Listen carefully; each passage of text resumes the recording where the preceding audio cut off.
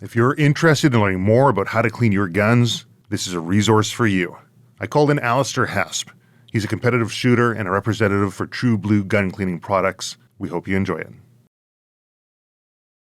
On a recent firearms course, we had a student ask if we had any videos or podcasts that related to firearms cleaning. To that end, I've invited the Canadian distributor of True Blue gun lubricants, Alastair Hesp, of alphazonegroup.com, to share his thoughts. Alastair, thanks so much for joining me. Thanks for having me. It's a pleasure to be here. It's a long way from home, but it was a good drive to get out here. Yeah, it was a bit of a trek to get out here, but I'm glad you're able to make it. Yeah.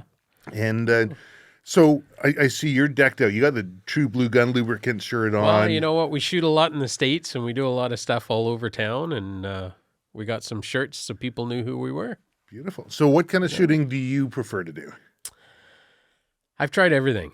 I've mastered nothing, like most of us. Yeah. I've been doing IPSC for years. I did my firearms course with Murray Gardner back in the 90s. Oh, nice. In West Van at the old the Boy Scouts building they had there. So, I've tried trap and skeet and rifle stuff and whatever. It's all over the place. There's different flavors. People call it a hobby. I call it a game.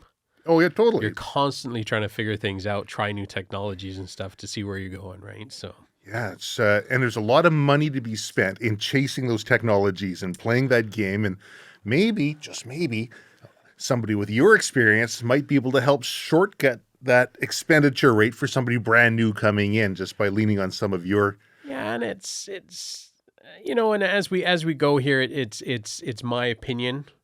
Right. I mean, there's a lot of people that would say, "Oh, I don't agree with that, and that's not true, and that's not how I do it," but everybody puts the right sock on or the left sock on differently, right? So, right.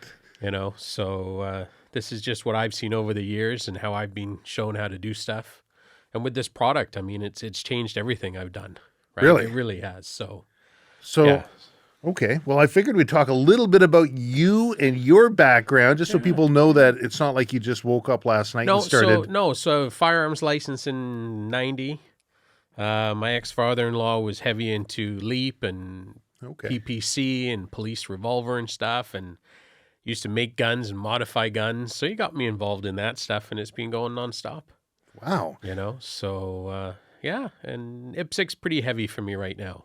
Yeah? That's what I enjoy. I mean, I'm not shooting as much as I normally do. I'm probably about 10,000 rounds this year. Okay. But, and you try open, you try production, you try standard. I mean... Well, what are you shooting now? Right now I'm shooting production optics, which is the Shadow 2. Okay. But I've done standard, I've done open, I've done all of them, right? So that Shadow and Shadow 2 kind of changed the game for people getting into IPSC, didn't it? Oh, yeah. Especially when they produce it with this optic. I mean, it comes cut just to be able to slide an optic on the top, and right out of the box, they're phenomenal.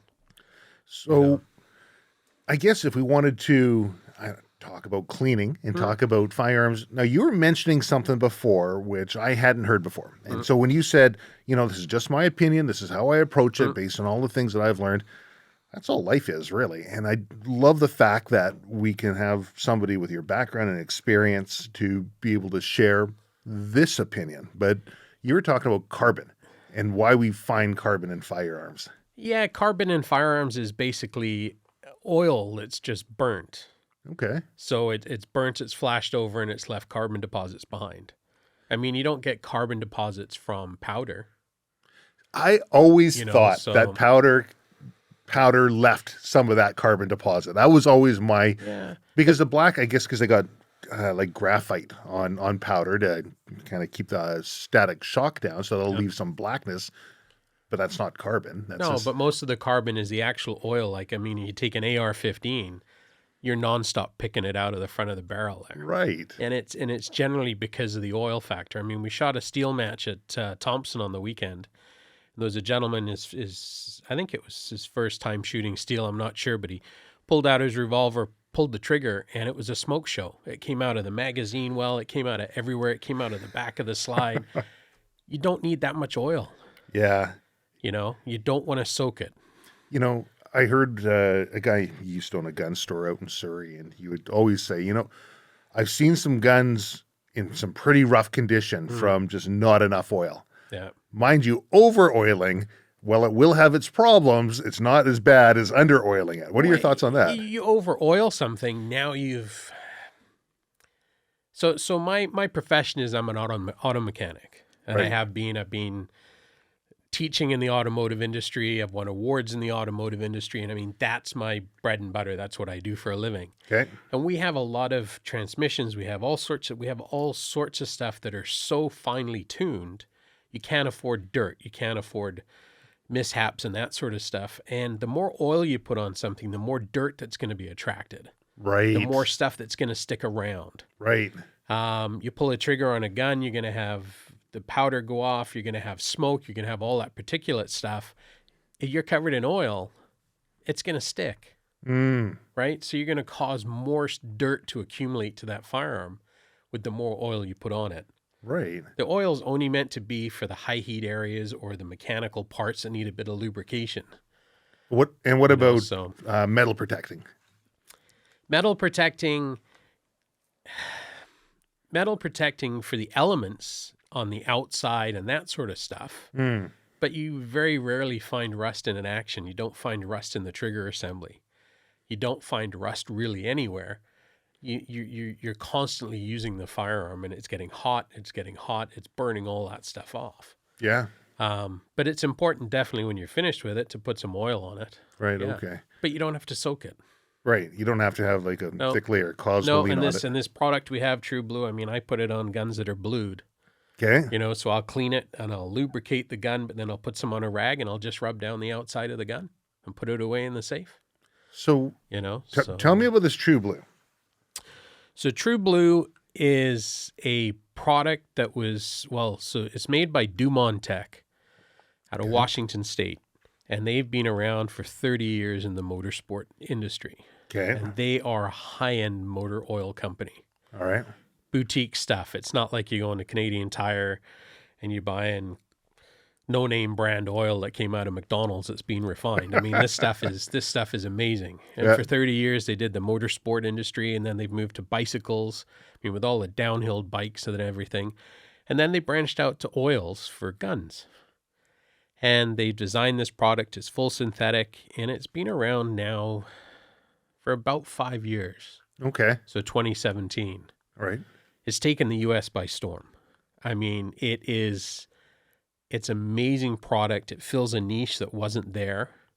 And it's coming to Canada. We've got some stores out here. We're always looking for new dealers. And Canada is such a different market to the U.S. I mean, Americans are nuts. They're gun nuts. Sure. They're crazy. Everything sells. I mean, we can't even keep this product on the shelf. Right. People up here, Canadians are definitely a little bit more conscious about what they're buying. They do a lot more research. They want to try it. They want to sample it. And we've given out samples. I mean, we've given out so much of this product, and it's paying off. People are really highly speaking about it now. So 5 years ago it came out. What were you using before he got turned on to this? Gosh, I don't know. I was using anything I'd buy at the store. Really? Yeah. The one thing I've always stayed away from is a cleaner lubricator protector. The good old CLP. You know what? If I've got a car in the shop and it's full of oil and I want to get the oil off, I spray it down with brake clean and I wipe it off. If I want to put oil back on it, I put oil back on it. Okay. I'm still trying to figure out how CLPs work. How can you clean something and with the same product have it lubricate it and protect it if there's a product in there that's meant to clean it off? I'm Right? I'm guessing it's not going to do any one of them particularly well. No. But it's because I know the military love their CLP Well, they back in love the it day, because right? it's easy. Right. Just It's easy. throw it on, Yeah, it's done. Throw it on, it's done. I mean, guns, I mean, we'll get into it, but I think firearms get cleaned way too much, period. Okay. I don't think we have to be as I like this. I like. retentive about as much cleaning as we do. Okay. But yeah, the CLP that's out there, I just haven't been able to wrap my head around it. You know, I never actually thought of it like that, but you raise a very valid point. it's not like you're wiping the cleaner off. And then You're putting actually something else putting on. oil on. You're Right. actually leaving the cleaner on with the oil, and the cleaner was meant to take off the old oil. Never thought about Yeah, that, so but it makes sense. it is, and people jump to it. I was at a store recently, and the guy bought a new shotgun, and the salesman ran straight over, and you should use this, and you should use that, and I just had to bite my tongue because enough years in this industry, and I've had enough products on my shelf over the years, where eventually it's like, now this is here, it's time just to dump it all in a bag, you know, Right? get it off my shelf. I just use these products.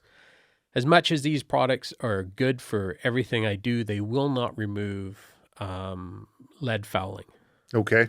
So if you're doing some lead work, you're doing, you know, I mean, you want to clean your barrels, you're still going to have to get that real caustic stuff, run some patches down the barrel to get rid of the lead fouling and stuff, right? So Or if you got a big bottle of mercury like I do.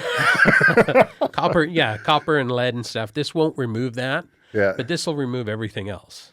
And it'll do it safely. It won't damage your actions or your woodwork or your synthetic stocks or any of that sort of stuff, right? So Well, that's good. You know, there's another cleaner out. I remember a number of years ago, a guy came and was like, "Oh, I got to buy this stuff." And after I got it, he says, "Just make sure you don't use it on the dining room table. Don't ask me why." So it's funny getting back to that. We went to TriggerCon Okay. in the States a couple of years ago, and there was a gentleman that bought about 6 bottles of the cleaner. Now, the cleaner is biodegradable, and there's no smell to it. And he was so excited because he just got a new girlfriend. And since the girlfriend had come along, he wasn't allowed to clean the guns at the kitchen table anymore because of the smell. So once he tried this product, he was just amazed that he could actually now clean his guns at the kitchen table again. So, Zero smell. yeah, here. It's, like I said, it's biodegradable, non-toxic. That's awesome. Yeah. So, but what about that nitrobenzene beautiful smell that Hoppy's number 9 has? And I remember back in the day, they're like, well, no, this is no longer toxic. It doesn't have nitrobenzene in it because we crossed it off the back of the label. Yeah, well, what and did- eventually they had to actually take it out. It's like the CFCs that were in spray cans, Right. you know, all that sort We'll of just cross stuff. it off and we're yeah, good. Yeah. You know. So yeah, these are the products. Cleaning is definitely a personal choice. How you're going to do it, when you're going to do it, how often you're going to do it, how far you're going to tear a gun down to do it. Okay. I've got friends that they don't know how to disassemble a Glock. They don't know how to disassemble a Beretta. Sure. So they go down to one of the local stores, they drop off their guns. I'll pick them up next weekend, and they actually pay for gunsmiths to disassemble the guns, clean them, and put them back together for them. Yep. If you're going to invest in a firearm and you're going to spend $1,000 nowadays, I mean, some of the race guns, the open guns are $10,000 for IPSC. Right. Shotguns, I mean, Benelli's are $2,500 and upwards. Yeah. Take the time to learn the firearm that you've got. Learn how to take it apart. Watch YouTube videos. There's an abundance of information out there on how to disassemble it. Mm-hmm. And you make a mess, you know what? Try it again. You didn't get it right the first time, try it again. But you've got to get proficient at taking your firearms apart, being able to put it back together. Totally. You take it apart, you put it back together, you go to the range, it doesn't work. Now what do? You've got to just practice. You practice the draw, you practice trigger control, you practice everything else. Mm-hmm. Practice pulling your gun apart, practice cleaning it. Because if you don't get that down pat, there's no point in going to the range. What about those people who just are so self-aware that they realize that they have 2 hands full of thumbs and even following step by step alongside a YouTube video? So there's a gentleman that I grew up in this business with, and you've had him on your podcast and stuff, and I won't name names. I probably already know. Once a year. That's his gun cleaning ritual for his IPSC open gun is once a year. And that's a complete strip down? Strips it down, cleans it all, puts it back together. And he shoots a lot of rounds. Yeah. So once a year. There's, I mean, I brought my, so this is something that I keep in my bag with me all the time. Okay. You've got things like these bore snakes, I love them. you know? Yeah. It takes 2 seconds to throw that down the barrel, clean it out. Yeah. It's easy to take the slide off, use some Q-tips, use a little brush, wipe the slide down, put some oil on it, that sort of stuff. You don't have to disassemble the firearm every single time you shoot. I mean, maybe life's busy for me or whatever, but I could go most probably 2 months, 3 months before I pull it apart completely, clean it, reassemble it, and put it back together again. So I remember You know? before bore snakes came out, of course, we've always had pull-throughs and different. And we're always Patches and all that, patches. yeah. We're always told, be careful when you're pulling out the muzzle end. Pull it straight out and not at an angle, because over time you can start wearing grooves. And Over time, you're dealing with metal, and then hopefully your patch that you're putting through is cloth with a brass. Mm-hmm. The brass and the cloth. I mean, I think the rod would do more damage pulling it out than the actual brass fitting or the or the thing. I mean, these things are soft. They've got small brass small brass pieces on them to catch the dirt and stuff. There you go. I mean, they're great. They come in 22s or 9s or 40s or whatever you're shooting. I mean, this does, I use these for 22 rifles.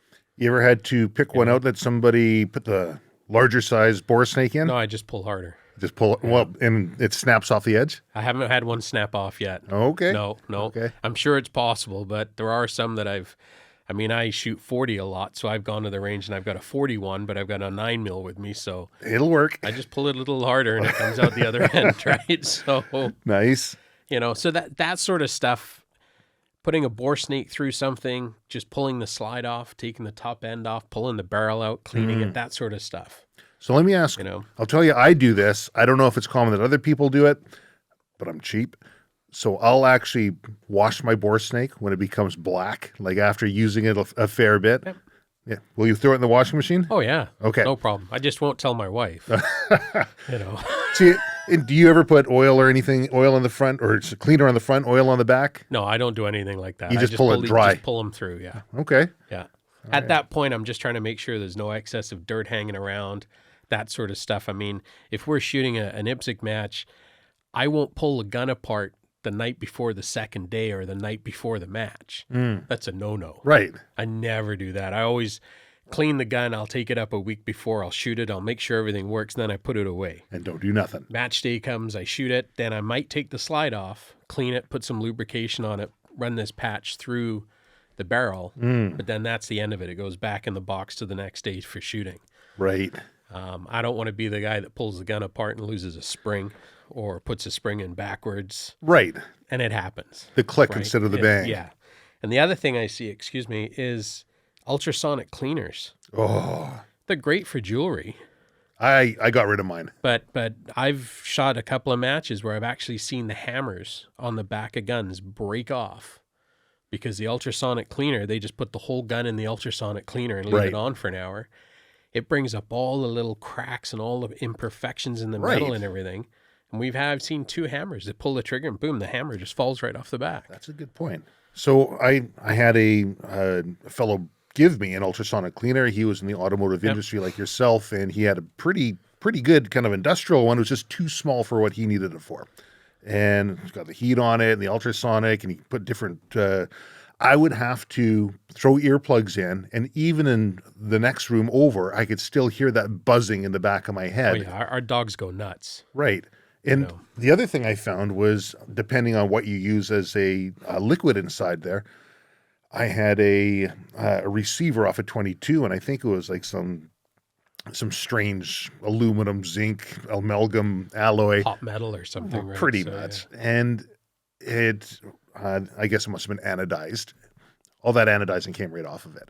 And on some, it would even leave pitting inside in the softer metals. Yep. So people who think that using an ultrasonic cleaner, you just toss it in, have it done, spent my money, I'm good. You spend more time having to take it apart and clean all the whatever you're using in the ultrasonic. Yeah. No, it's a lazy way of cleaning a firearm. And I don't know if I'd want to rely on that firearm after I've done it. And it's not that effective. That's a good point about the hammer breaking. But if you have something that's gummy in there, if it's hard, you're still going to have to pull out a brush of some sort or a toothbrush. I mean, we keep all our old toothbrushes. We never throw any of them out. And they're perfect for just giving that slide a little scrub or that sort of stuff. I mean, they work out great. And then there's other brushes that have got harder nylon ends on them and that sort of stuff. So that stuff's out there, but you don't need to get aggressive. Okay. So ultrasonic, my opinion, your opinion, sounds the same. No need for it.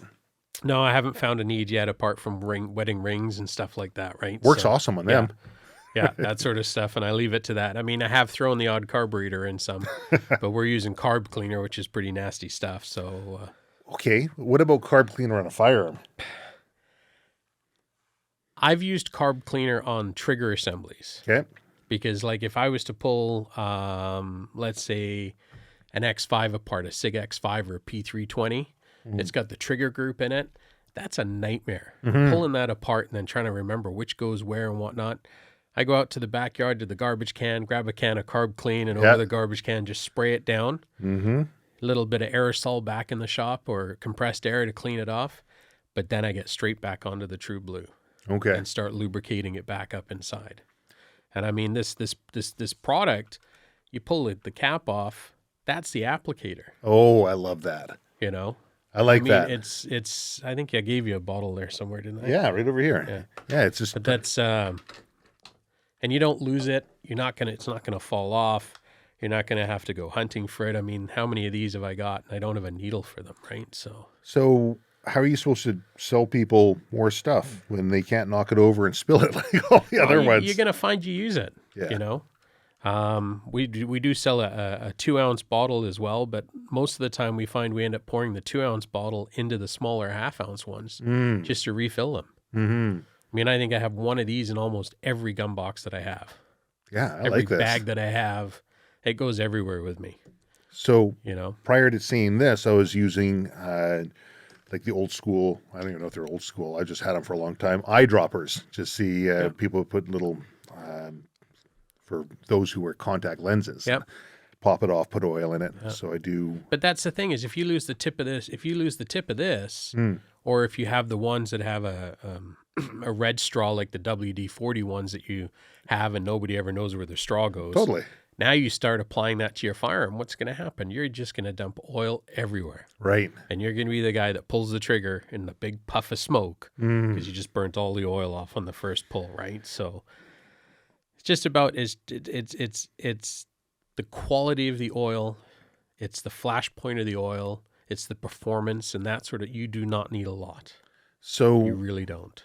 Some people go on about the Arctic capabilities of their oils and cleaning products.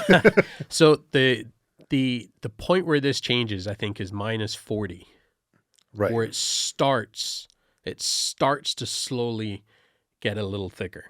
Got it. There's some posts that we did on Instagram. We took a bunch of guns up at the Port Coquitlam District Hunting and Fishing Club, and we put oil on them and we buried them in the snow. Okay. And we left them there all day. Yeah. Came back out. K&G Armory up in Prince George is using this now, and they swear by it. And it's just they've got cold temperatures. Yeah. And it's not thickening. Beauty. You know, so no, it's working out really well. And the flash point. We're not getting carbon deposits. We're not having nearly as much mess as we used to. And we were doing a lot of AR testing with it and stuff. Not so much now in Canada, but, you know. But the U.S. is huge. Yeah. The U.S. is millions more people, and they're buying way more product than we're selling here in Canada. And they're using it. I mean, True Blue is now into silencer oils. Okay. And that is a whole nother world. Because every silencer has oil inside of it to cool and to keep the silencer cool, but that oil gets the daylights kicked out of it. You got wet cans, dry cans. Yeah, and the wet cans, I mean, so now they've come up with an oil that they're doing testing for silencers based on the same technology of this. So back in the day, I used to do a lot of work building silencers, doing research on them, or suppressors, and reading through all of, what was the guy's name? Paulson? I think it was Alan Paulson. Through his books there. But, it's a different world. It is. I mean, we don't have any of that stuff up here, but it's amazing how excited people are when we go down to the States to try a gun that's got a silencer on the end of it, right? So, yeah. You know. So okay, so you're feeling that people are cleaning their firearms too often. Well, too often, or maybe they're not cleaning them properly. Okay. You know, I mean, you don't. Like I said, I don't think you need to pull it apart every single time. You know, I used to be of the mindset that every time I went out shooting, I'd come on back and clean the firearm. And I remember having a discussion with an F-class shooter, big into precision rifle. And I was talking about the cold bore shot, and he says, well, is it cold bore or is it clean bore? Yeah. I'm like, what do you mean? He says, well, I don't know. After I clean my gun, I'll shoot my gun on the range. I will clean the bore there, and I'll shoot a few fouling shots through. And I find that the deviation that I have on my first round is next to nothing. It's been my experience. Any gun that I've cleaned, the shots suck. Right. Until you get a couple of rounds through it. And then I find you start grouping better and that sort of stuff. You're talking about F-class shootings. I mean, that's some really precision stuff. Right. And those barrels, some of the barrels depend. I mean, I know that Ryan and the guys at International, the barrels he's built me one for my 308 and stuff. They last, but there's some barrels that don't last. And if you're not cleaning and patching and cleaning and patching religiously, your 1,500 rounds in the barrel's done, right? So you've got to base the cleaning on what your expectations are in this game. And not to jump around too much, but let the ADHD come in because we're talking about pistols and we're talking it's about all exciting rifles. stuff. It is. I mean, we're talking about things that we enjoy. It tends to happen. So cleaning the barrels, break-in period. Do you have any thoughts on break-in period on, let's say, a precision rifle barrel?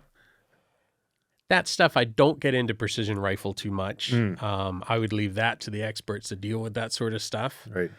I don't know if barrels are so thick nowadays. Things are so clean. I mean, the ammunition we're using is way cleaner than it used to be. Yeah. It's more stable. The temperatures are more consistent. Mm-hmm. I think if you have a new gun, you don't go out and unload 300 rounds and then put it down cold and expect it to stay like that. Right. But I think for the first couple of times you go to a range, you just take it nice and easy on it, take it home, put a patch through it, oil it again, try and keep it clean, and then eventually you'll wear it in. But I think it's definitely something you've got to be aware of. So I would always was of the mindset, rarely growing up would I have a new firearm to use. They're always used, and I just take it out and shoot it. There's no barrel break-in procedure. And when I started Silvercore Gunworks, prior to Silvercore training, I was doing a lot of gunsmith work for everyone and their dog, and then started doing some work for government agencies and private security companies across Canada. But was learning a lot. And a guy came in, he's telling me all about the proper barrel break-in procedure. And I'm just sitting there biting my tongue, not saying nothing because I didn't know anything about it. And I was just like, geez, I've never broken in a barrel. It sounds crazy to me. So when this fellow left, I phoned up McMillan, Lilja, Hart. There was 2 other barrel companies. I'm trying to remember what they were. And I asked them about their thoughts on a barrel break-in procedure, and every company had a different opinion. I haven't seen it in a manual yet. That's a good point. You buy a gun, you open up or a firearm, you open up the brochure. Mm-hmm. It's not a huge thing in the brochure. No, it's not, is it? Right? I mean, I think the most I've heard about is you should put a patch through the barrel to clean the oil out of it. Yeah. That's about it. So I don't think it's as demanding as it used to be. Things have come so far now.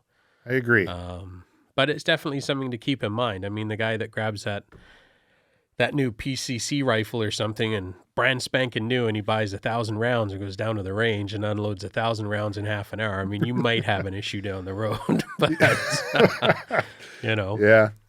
And I guess before I forget, you're talking about leading. Do you shoot much lead? Not anymore. Yeah. Used to. When we shot a lot of 357s, we used to pick up all the 38 special that the police left hanging around. Mm-hmm. And we'd load it with lead rounds and that sort of stuff. But I mean, everything's copper jacket nowadays. Right. So especially the 9mm. 9mm seems to be the round going to.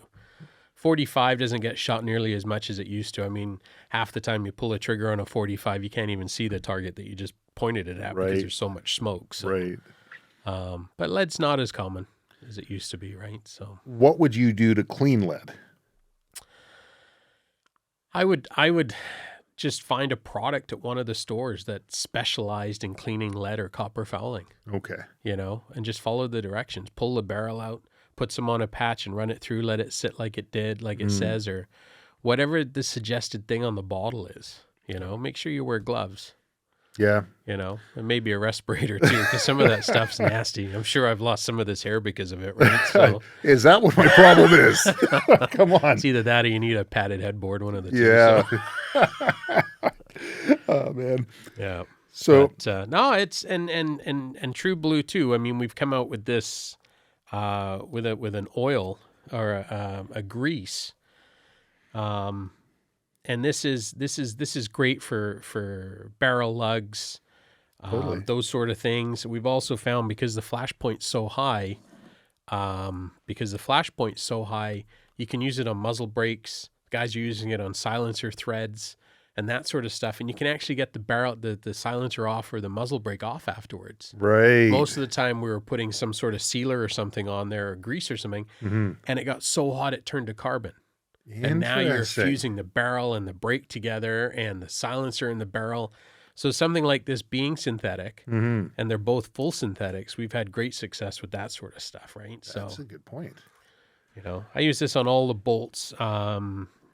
Chris and the guys at Ultimatum are using this. So that, because I just felt it there, and I was like, you know, it feels exactly like we got a couple of, got a Deuce and a, or not the Deadline. What's their other one they have? I don't know. It's been so long, I can't keep up. I'm trying to remember. Yeah. Anyways, got a couple of those made up, and the bolts were. Yeah. No, this is what Chris and the guys use. There you go. Yeah. And there's a bunch of firearms manufacturers in the States that use our product solely. Yeah. I've given the guys at Glock here in Canada Oh yes. have got thousands of samples, and he's got no problems with it. He absolutely loves the product. Interesting. But trying to push it through a bigger chain like Glock and stuff, I mean, that's a bit of an issue, right? So Yeah, they're a they have their protocol and procedures. Yeah. So I was in Smyrna, Georgia, at their plant there doing. There's some work I needed to do, and for whatever reason, the client said, "You got to be a master armorer." I'm like, "What do I need to be a master armorer certified by Glock?" Right? I could do the work. Yep. I mean, it's being an armorer for a Glock. It's a 1-hour course that they spread over the course of a day, right? But anyways, went down there and did the tour of their factory. But all of their electricity they've shipped generators over from Austria so that all of their machines can run on the same sine wave and all Right. that sort of stuff. Yeah. I mean, they're pretty particular. Yeah, I'll say. they are, and it's But I it's could for- see it's them for using good this. reason, right? Yeah. So, and I there's a couple of local police departments now that use this for their guns and their maintenance and their armory stores. I mean, it's really coming along, especially the oil. So well, here, hang on, let me just. Can you mind if I pull this? By all apart means. here? So we've already made sure it's unloaded Yeah, off. No, off and that's the first thing. right. I don't care what oil you've got. If you don't make sure this is empty and unloaded, Yeah. and you pull the trigger, it's a bad day for everybody. So, And this guy's actually been ground down firing pin for use in a training course. We just haven't milled the barrel yet. It's going to be tight. You can use the back of the mag if you want. yeah, no, it's. Actually, that one does have. I pulled out a barrel out of another CZ that's been milled out, so you'll probably see that at the top. Hopefully, that doesn't interfere with the demonstration. No. So, whoops. But I don't know if we can see that. So,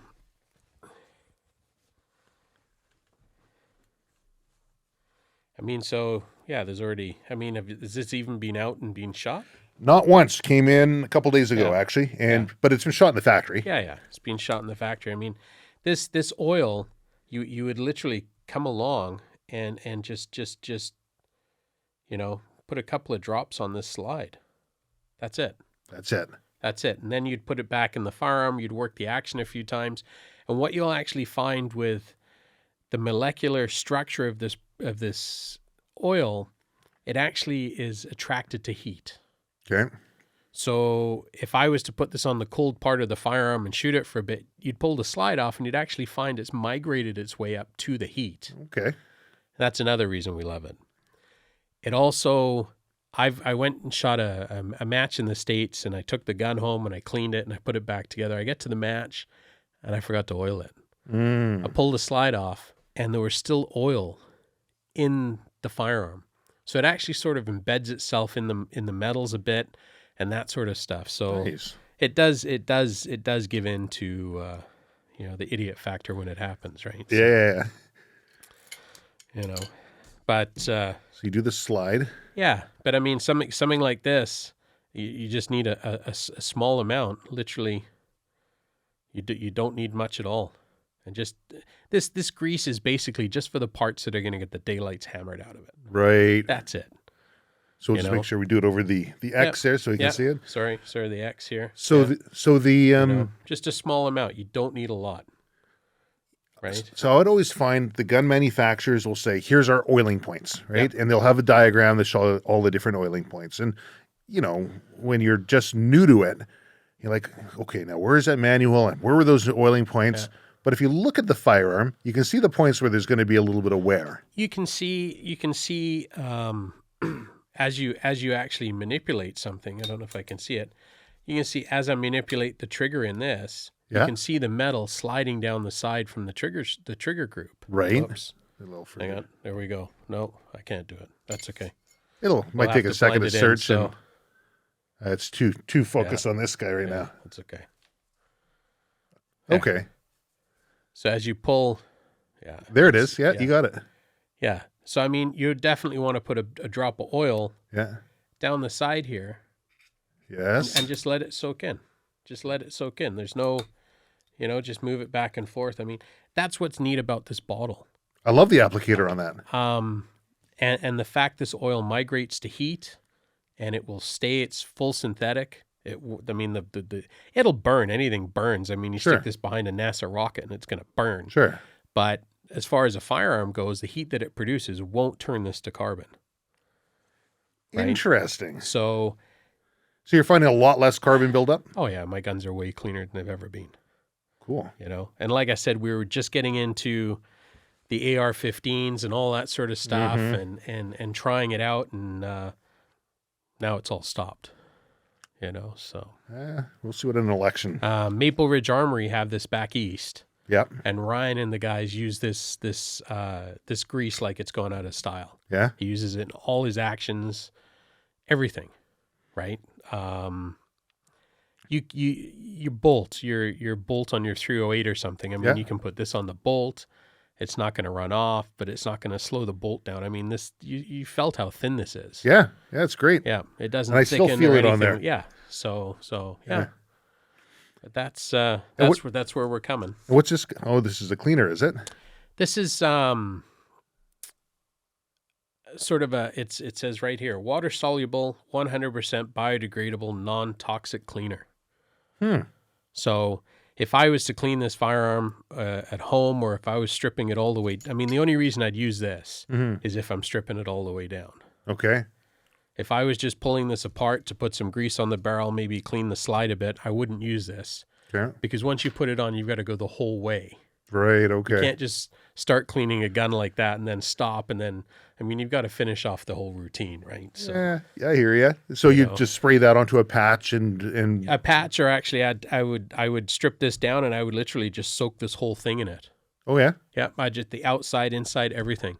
And will it... I would let it sit. Yeah. And then I'd wipe it off, or I'd wash it off, or clean it however I wanted to do it, Q-tips or rags or whatever, right? So, and that'd be a carbon cutter as well, a carbon cutter takes the grease off. It does all that sort of stuff. Okay. But it will not take the lead, fouling, or copper out, right? So, right. So if it's taking all that grease off, yeah, definitely. I see what you're saying. Yeah. You want to get in there afterwards and make sure everything's oiled up. So I mean, if I just finished at a range with this, I would take it home. I'd throw a patch through this barrel. I'd lubricate the barrel. I'd clean the edges of the runners up. I'd clean the slide up, and I'd put it back together.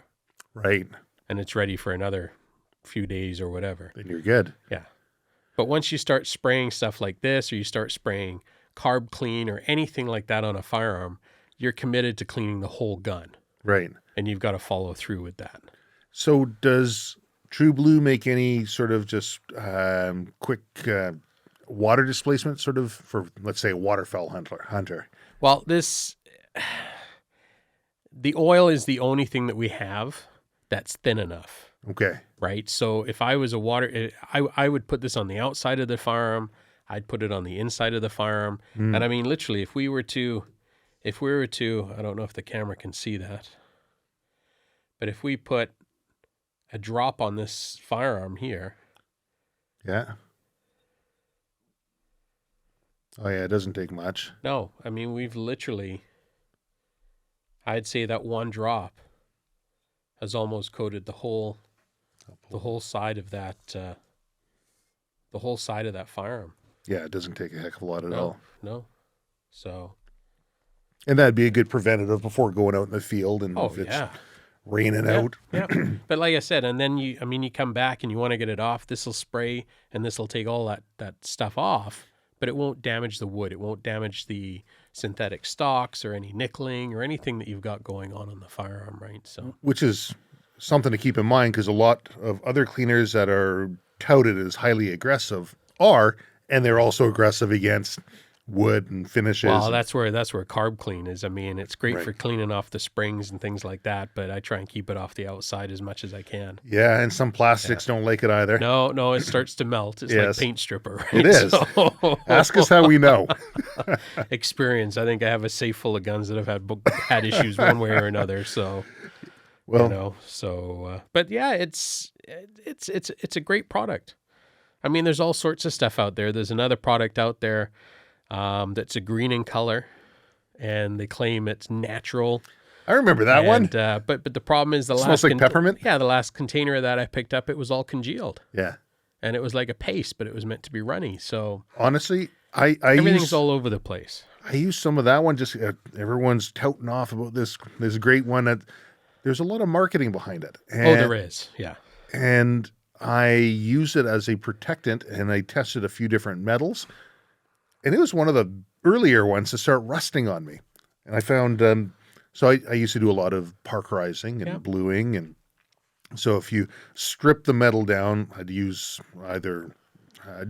bead blast it. Yep. And I'd use hot soapy water to clean off as a degreaser, like super hot soapy water. And I'd run it out to get to the now you've just opened it up to every oxidization in the world as soon as you wash that off. Oh, yeah. So, and I run on out because you got to get all the silica and all the different bead compound, all the dust off of there. And as I'm running it out between the sink and the shop that's in the back, which isn't far at all, I could see it's starting to just start to oxidize. Like, no. Yeah. It's amazing how quickly that can happen on. It happens on anything. Yeah. It happens on bare aluminum. It'll happen on most metals. Yeah. And if you use something too aggressive on a nice finish like this, you are going to stain it. Mm-hmm. You're going to stain it. You're going to tarnish it. I mean, how many firearms have guys had sitting in their safes and they pull them out 4 years after they've put them in there, and all of a sudden there's like, oh, there's a rust on the barrel, or there's rust on the action, or... I've been sold. I was asked to look at some firearms, so I'm Smith & Wesson Armor as well, and Sheriff's Academy had a bunch of 5946s that they got from the RCMP, and they kept them at the Justice Institute downstairs in a safe that was humid and no desiccant cans in there. Nothing, right? Nothing. So I ended up having to you're talking about the aluminum, and of course aluminum oxidizes, and there's a reaction between your ferrous metals and the aluminum. That's usually where oxidization will occur. But the solution, after getting all the guns up and going and getting some of they lost the little GRC Horseman logo on the side because we had to refinish them and anodize them, was a goldenrod. And that, after putting the goldenrod in, they never had an issue after that. And of course, there's, I think goldenrod's the name brand one of the early ones to come out. There are cheaper ones out there that you can get on Amazon. But I've thrown them into all of my safes. If my guns are out and I'm out in the foreshore, if in the salt water or anything else, I'll do whatever I can to just get the moisture off. But they go in the safe and they basically dry themselves out. They dry themselves out, but something like this, I mean, the applicator on this, the bottle's so small. Yes. And being 100% synthetic. I mean, if you had a bit of water on here and you dropped that on, the two of them wouldn't blend. Right. It would push one would push the other off. Yeah. And the oil would win. Uh-huh. But just by putting that on the outside, I mean, it's been here a while now and it's still shiny. Mm-hmm. And it's still on there. It's great for rifles that I use for hunting. Yeah. That sort of stuff. I mean, I may put a little bit too much on the outside. Yeah. I can always wipe it off before I start walking through the bush or whatever. But I'd rather, it's a big investment. It is. Rifles, I mean, you can spend $2,000 or $3,000, and then you buy the scopes that go with it, and everything else. So I've even put this on the outside of some of the scopes. So how? So Yeah, it's smart. And if it's going to be wet outside, you're going to be in miserable conditions, snowy, whatever.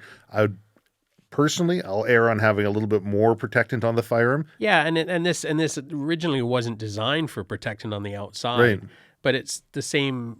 The water rolls off a duck's back because of the oil in its feathers. Mm-hmm. So it's the same sort of thing. If you keep this gun with some oil on the outside, the water's just not going to stick to it. Right. It's just not. So Mind you, if I'm in an arid environment, I just put the smallest amount on the bolt, or the smallest amount on any moving part, because like you're saying earlier, guaranteed it'll be a magnet for dust and sand and dust and sand and everything, right? So yeah. But that's our product. Fantastic. So cleaning out the you'll brush in behind the extractor. I'll get this little brush in anywhere I can inside of here. Whoops. Sorry. I'll go through anywhere I can get this brush to get some dirt out. Right. But if I'm not stripping this down all the way, I'm not really going to scrub too hard, because now I'm going to move dirt around that I may not want in different places, right? And I've seen people get a little bit too egregious with their brushing and start bending springs or bending little pieces apart. Yeah, and the other thing to keep in mind is let the chemical soak. Let the cleaner soak. Point. Don't because the toothbrush with the nylon bristles didn't take it off. I'm going to go and grab a stainless steel brush. I'm going to go grab a brass patch rod brush or something. I'm going to really give that a tug. Yeah. Or I'm going to grab a knife and try and scratch it off. Well, what have you done? Or your dental picks, right? Now you've just gone and exposed the bluing. You've now damaged the surface of this firearm, and that's where you're going to start seeing the rust and stuff show up. Let the chemical do the work. Let the product dissolve stuff. Mm-hmm. That's I'm just thinking there's a company that had a whole bunch of guns on a rack, revolvers, and Smith & Wesson Model 10 revolvers, and they had their air conditioning unit put in right over top of it. And so every year I'd go there and service their firearms, and all the ones right around the air conditioning unit were just covered in rust. And I'm like, would it kill you to go out and maybe just put a little bit of oil on them, right? Yeah. Well, the air conditioning, I mean, it absorbs moisture to do its function. Mm-hmm. So all that moisture is coming past those firearms, getting sucked up into that AC machine. Good point. That's how. So, I mean, you never want to keep your firearms in an environment like that. Yeah. What about shotguns, plastic? This oil will work on anything that moves. Sure. Yes. Right. Plastic guns, I don't think you have to protect those or anything on the outside. I mean, like the wadding on the inside. Sometimes it'll leave a little bit of plastic wadding. No. The cleaner, I mean, you're still going to run something through a barrel on a shotgun. Mm. Any explosion that you're having with powder and it's going to leave some residue behind. Mm. So whether it's a shotgun, a rifle, a handgun, a semi-automatic handgun, whatever it is, it's got to be cleaned and it's got to be done. It's easier to run a patch or shotguns. They have the great big sticks with the fluffy ends on them. Mm-hmm. That's what I normally put down by Browning. I mean, there's no way I'd put a brass brush down there. I mean, your baby. Yeah. So, so I've got 4 or 5 of those long sticks with the big, but I open the action and I push that through. So, preferably the same direction that the projectile will travel. Do you ever approach any from muzzle end? I always approach from the muzzle end. Yeah? Terrible. Yeah, I mean, if I've got the action open, yep. The object is cleaning it. Mm-hmm. I personally, obviously you'd like to go from the action out, so if there is something, it goes out the other end. But then how many people actually unscrew the end of the cleaning rod and take nobody take it off when and they then pull slide it back through. So you pull it back through, you're going to pull it back through the action again, right? So always raised that one patch should be all you need, and then you can use an oiling patch afterwards. So that patch has to get worked in and out and in and out and in and out. And then you get other people that say, hold on, everything's got to go from breech end to muscle end, and it's one patch, and every single time you work it through. But think about that. You're putting a projectile through a rifle. You're putting something explosive, heavy, ugly, just nasty chemicals and stuff out of the end of that firearm. Yeah. Do you think really that one little patch that you push the wrong way is going to make a world of difference to that firearm? So I've never seen it cause... I haven't either. I've never seen it cause an issue. Yeah. You know, on that note, I've intentionally chopped barrels down shorter and shorter and shorter and at different angles just to see like how bad can I damage a crown on a firearm before it really has a noticeable deviation. And it's amazing what you can do and still get away with having an accurate firearm on the end. Yeah. So I think you're using cloth brushes, you're using oils, you're using non-abrasive products. You start sticking a stainless steel wire brush down a barrel, that's your own problem. Sure. I mean, you're going to have nothing left when you're finished. But if you're using the right products and you're using patches and you're using soft bristle brushes and that sort of stuff, you could clean these every day and you'd never have an issue with them. So what else? What else should we be telling people, talking about on cleaning? So pistols, you clean them after... Well, you drop them in the mud and they need to be cleaned. Yeah, but I mean, it's not just pistols. How many people take a mag apart? Most people don't. Most people don't. I mean, mags, I take them apart all the time. I use this oil too for inside the magazine for the follower to ride up and down inside. You've got to take these apart. I mean, you get the hang of it. You push the button, you slide it out, you take the spring out. But this is practice. It's like I said earlier, trigger control, all this sort of stuff. Learn how to take your mags apart. Learn how to take your gun apart. If you want to clean this firearm properly, you need to know how it comes apart and how it goes back together. So we made some videos of some popular handguns out there because people said, I want to know how to take A, B, C apart. And so we started making some videos. I don't think YouTube is really keen on having the disassembly and having firearms in there. No. We've got a few comments from them. They're still up. People can see them. But Silvercore club members will routinely call up, or I'll just do a quick iPhone video, or one of our staff will. But I guess, you know, I might as well mention it. If they are a club member and they're listening to this and they have something they want to take apart, we are getting some better camera equipment in. Yeah. The one thing I found, and I see this mat you've got sitting here in front of you, in front of me, I love these. I've got almost one for every kind of firearm that I have. Yeah, because you want to know which part goes where. I pull something apart, like when I started shooting the new P320s and the X5s, I was lost where some of the products went back together and how the springs went. And you look down and it's right here. Oh, there it is. That's what it's called. I mean, these mats, I think, are a saving grace for some people. Yeah, what is that brand? Tech Mat? Tech Mat, yeah. But then also you can buy these rubber organization trays now. And they're a small tray, maybe 18 by 24 or something. They've got different compartments, but they're sticky.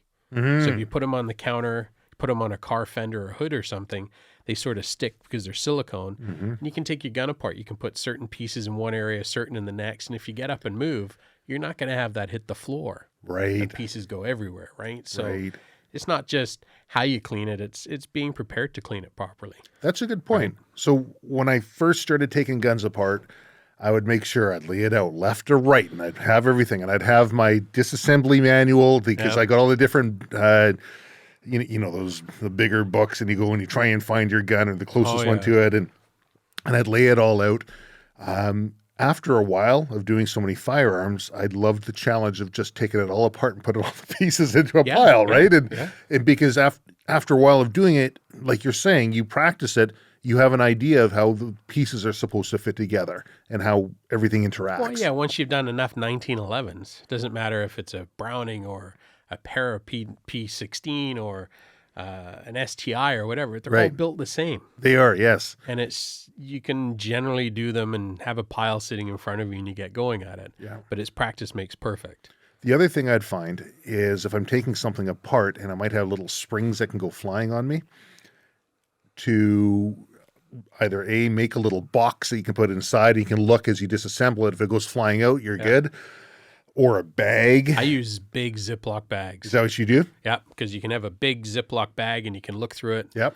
and boom, something goes nuts. You're not for 4 days trying to find it under the dishwasher or something, right? Right. So, They call it the gunsmith prayer when you're on your hands and knees praying to, right? and then the dogs and the family come in to help, and That's you're like, right. don't move. That's right. And guaranteed after about 4 hours of trying to find that one tiny little spring that you need, and you find it in like a cuff link of your leg or Or something. you find it 2 weeks after you bought another one. Yeah, that's usually Murphy's Law. Yeah. Murphy's Law. Yeah. So that covers a lot of about what people would need to know for pistols, shotguns, similar thing. If you can, I mean, you've got to. I think you've literally got to learn how the firearm works. You've got to learn how to take it apart, how to put it back together, and you've got to get in a cycle. And you've got to determine, well, I don't shoot that often. I don't think I have to clean it that much. Maybe I'll just oil it, clean the barrel, that sort of stuff. I mean, like I said, I've got friends that shoot it for 2 weeks and then they drop it off at a gun store. And they have it fully disassembled and fully cleaned and back again. But I mean, they maybe put 25 rounds through it. They're not huge shooters. I mean, but you've got guys that put 10s, 15s, 20,000 rounds through guns.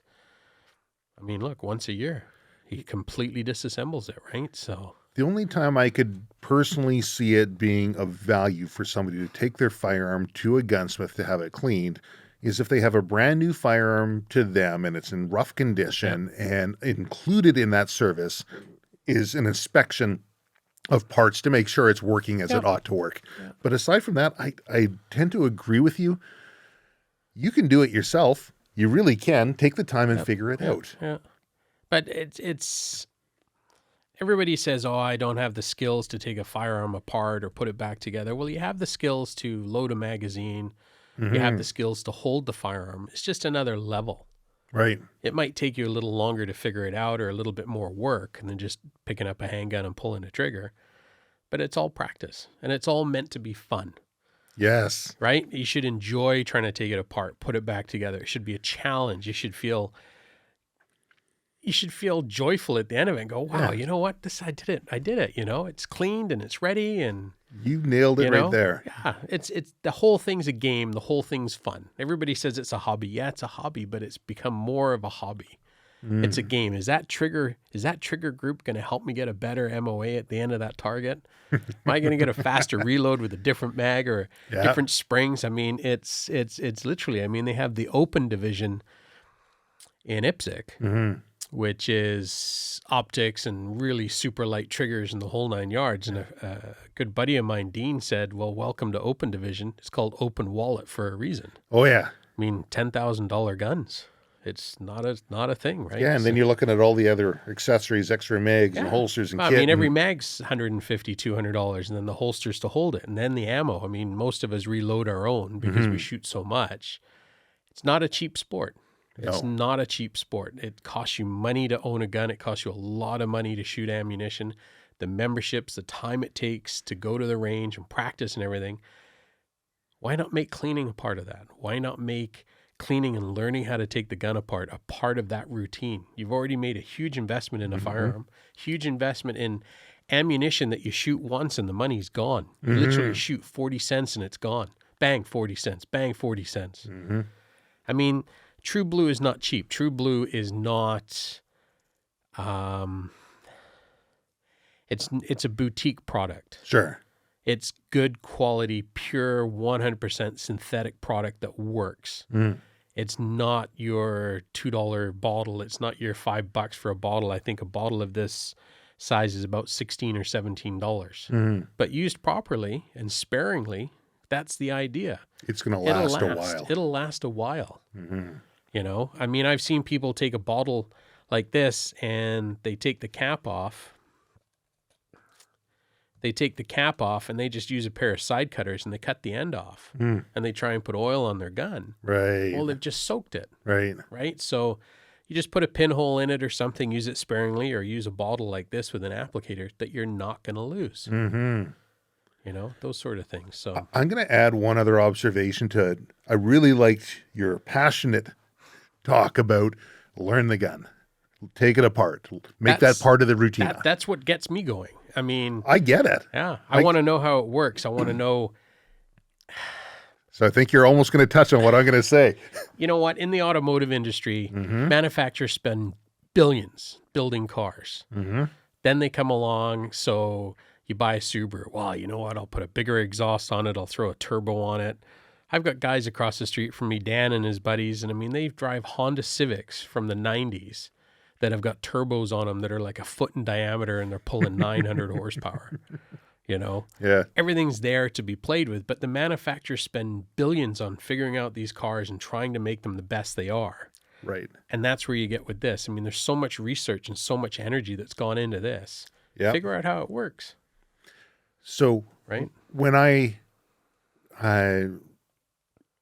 on some of the longer courses that we'll have, where we're teaching law enforcement, we're teaching private security, we're doing firearms or use of force type work, that they're going to be using a gun for their occupation, I'll make a point of taking the firearm apart, showing them how it works, and having them understand the inner workings of the firearm, because you're right, in the future, they have to service it and they have to clean it. But what it also does, when you get a little bit more intimate with the firearm, you start understanding how it's working, and it makes you a better shooter. Because when you feel that click or the trigger reset or something as your the creep on a trigger, you understand what's happening, and you can understand that process and think it through as to what you have to do in your shot. I find it makes you a better shooter. Trigger reset. I mean, it's amazing how many people, they just pull the trigger and let go of it. Mm-hmm. But now you can actually wait. There, you can feel it. Yeah. Right? And you understand why it's doing the reset and what those pieces are doing together. Yeah. And when you have that more of an intimate understanding, it's just like driving your vehicle and you hear it go clunking and clattering, and you're like, oh, what was that? I don't know. Keep driving. But also, if you pull your firearm apart a lot and you take care of it and you look at it, you'll see how come behind the trigger bow or the trigger bar, how come the firearm seems to be shiny back there? Right. You notice things. Well, you know what? Maybe it needs a little bit more lubrication there, because over the last couple of weeks, the bluing started to disappear. So now you're figuring out, well, that's a high wear part for the gun. Maybe I need a bit more oil or a bit of grease in that area. It's like your car. You start your car in the morning and it rattles. Well, there's something wrong. I got to get it checked out. Right. So you pull this apart and you get it checked out. If you can't figure it out and you think there's something wrong with it, take it to a professional, have it looked at. But you're not going to know there's anything really wrong with it unless you pull it apart and have a look and spend time cleaning it and notice, well, that's what it was like when it was new. 3 years later, this is what's happening. I should maybe think about having it looked at. So, beautiful mindset. I love it. You know, yeah. Is there anything we should be talking about? Anything you can think of that would benefit people who are new to firearms and want to know about cleaning? I think it's just trial and error. I really do. I think it's trial and error. I don't think you should be afraid of pulling the gun apart. A lot of people are scared of firearms. They buy a firearm. Well, it's scary and that. But you know what? You start pulling it down, it's just a piece of metal. That's right. You start stripping it down. You control where the springs go. You control everything. You control what happens with it. And now you eventually become more understanding of the firearm. You become sort of one with the firearm because you know how it works, like you said. So I think getting yourself some good products, getting some good non-lint rags, you know, that sort of stuff. It's a microfiber cloth you got there. Yeah, and then a boar snake. Yeah. You know, sorry, it was stuck to the rag there. But I mean, it's all sorts of stuff. I mean, I keep, you know, I've got a little box that I take to the range. It's got Allen keys in it. Yeah. It's got batteries. It's got all sorts of stuff in it. You know, I mean, you get to a range and you have something go wrong with your firearm, or what are you going to do? You know, I mean, I even have little sample bottles of True Blue. Awesome. And there's only 4 or 5 drops in it, but it's enough to get me where I've got to go if there's an issue or that sort of stuff. Yeah. It's $2 in here too to buy a chocolate bar if I get That's hungry. what you need. Keep the blood sugar right. Got to keep that BS level up. You know, but having something like that in your bag, you know, it's got everything you need, you know, something, you know, it's even got something in here so you could push the base of this out. And now I've taken the magazine apart. I mean, it's that easy. Just basic tools. It's that easy. Yeah. Now you use your You know, you've got a lint-free rag. You can push that up inside. They actually make brushes, Yeah, that's right. mag brushes to run in and out of here. Get the sand out of it. Yeah, I got You some drop in the back. this at a range. You pick it up. You stick ammo. You stick your rounds in it. Now you stuff it back in your gun full of sand or dirt or mud. Mm. Why even bother cleaning it if you're going to put this garbage back in when it's full of dirt, right? Yeah. So, but getting proficient with this stuff and just being able to do it is a big thing, right? So, And I guess, you know, like you say, some people can be intimidated by firearms or intimidated by mechanics. Really, what's the worst thing you're going to do? if there's no ammunition involved, you're not going to hurt yourself. Right. And maybe you lose a Right. part, You lose a part, you're not going to do it again. right? And you've learned, and its part's not going to be the same price as a gun. It's, No. So it's a learning curve. There's no doubt about it. my favorite was a fellow. He because every once in a while people come in with the bag-o gun and they bring it on in and can you help me put it back together? Like that's probably the worst. Yeah. The oh no, now I feel embarrassed. Yeah. And you know what? Everyone's done it. Everyone's Yeah. had a time they take a gun apart. Like, how do I get this thing? I'm gonna have to take a break, watch some YouTube, or talk to someone who knows. Anyways, this guy comes in and he plops down. I don't know. It was like I think it was 2.5 guns worth of parts in his bag, and he puts it down on the workbench. And I look at him, and he looks at me, and he's like, "Okay, like what would you like?" Right? And he says, "Look what my wife did." Right, Yeah, because your okay. wife couldn't wait to take apart your guns. You know, and it happens in the automotive trade too. Oh, I believe Yeah, it. Look yeah. what my wife did. Yeah, no, Come it's, on. You know, just play with the guns. Keep the ammo separate. Yes. But I mean, you know, you should be all over this, all over it at a desk. Take it apart, put it back together, clean it, try it. You find you put too much oil on it and it smokes or it's gathering up too much dirt, then put less on next time. You see wear marks, put a bit more on. I mean, it's trial and error. It really is. That's awesome. And I think it's all based on what you want out of your firearm. It's also how much you love it too. Yeah. You know what? You have that gun you just hate. Yeah, it just Sell gets it because you ain't going to clean it. Yeah. Yeah, good point. Use the money Yeah. for ammo. Yeah, give it to somebody else and let them enjoy it, right? I mean, these guns have done nothing to hurt you, you know, so just enjoy them and take care of them, you know, and use a good product like we've got. Well, I'm going to You have know, so links up so people can find this. Alastair, thank you very much for No, taking Travis, the time. Thank you for having me here. This is my my first podcast. Oh, you're fantastic. You You're know, and, a natural. We've done some stuff. I just got to stay away from the Sambuca shooters when I'm doing speeches, right? So I don't know. That could be kind of fun too. Thanks a lot, Alastair. thanks again. Have a great evening.